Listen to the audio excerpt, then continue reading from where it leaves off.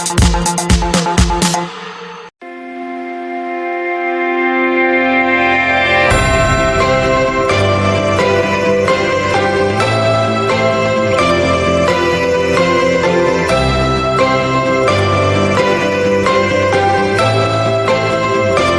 monde du travail a subi un impact très négatif par rapport justement à la survenue de cette pandémie. La grande majorité des entreprises du secteur formel ont été vraiment secouées par cette pandémie. Pratiquement la moitié, même plus, ont vu une baisse drastique de leur activité, et ce qui s'est évidemment traduit par des fermetures d'entreprises, des licenciements pour motifs économiques.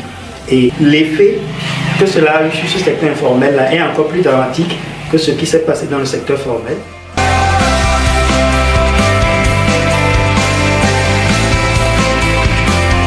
Si on parle de la crise liée à la Covid-19, il y avait déjà une crise sociale qui affaiblissait substantiellement les revenus du secteur informel.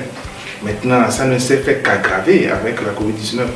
Surtout que, contrairement aux pays européens qui ont pris des mesures dans pratiquement tous les domaines pour accompagner les salariés et les employeurs, au Togo, c'est vrai qu'on a essayé de prendre les mesures, mais les mesures proposées n'ont pas été à la hauteur de ce qu'il fallait. Et on a oublié certains secteurs, même si on dit que c'est informel et que donc ce n'est pas de façon publique, mais il y a des secteurs qui avaient besoin vraiment de moyens et qui malheureusement ont subi le contre-coup de la Covid-19. Heureusement que nous, on n'est pas arrivé jusqu'au stade du confinement complet et que grâce au fait que également on a su arrêter à temps le couvre-feu, ou en tout cas le décaler un tout petit peu, sinon il y aurait eu beaucoup plus de drames que ça.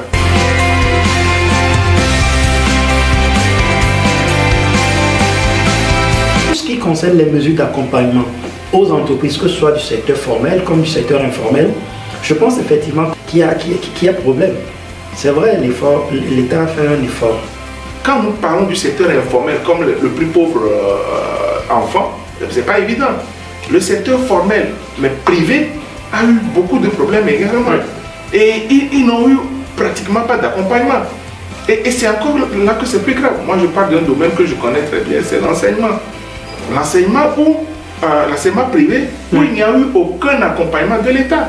De mon point de vue, ce qui aurait été bénéfique pour la résilience et la reprise des activités dans les entreprises, c'est d'avoir un accompagnement, une aide financière directe, comme cela s'est fait dans beaucoup de pays.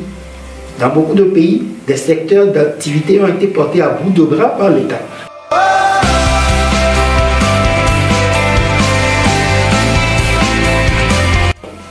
Vous vous rendez compte que on a fait qu'en réalité que prendre ce qui était critique et dont on parlait et que les députés ont entendu parler, ou en tout cas ceux qui ont préparé les textes ont entendu parler, on a essayé de corriger.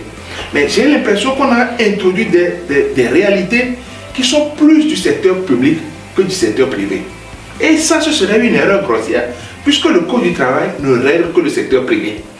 Ceux qui sont à la fonction publique sont régis plutôt par le droit de la fonction publique. Et donc, ils n'ont rien à voir avec le Code du travail.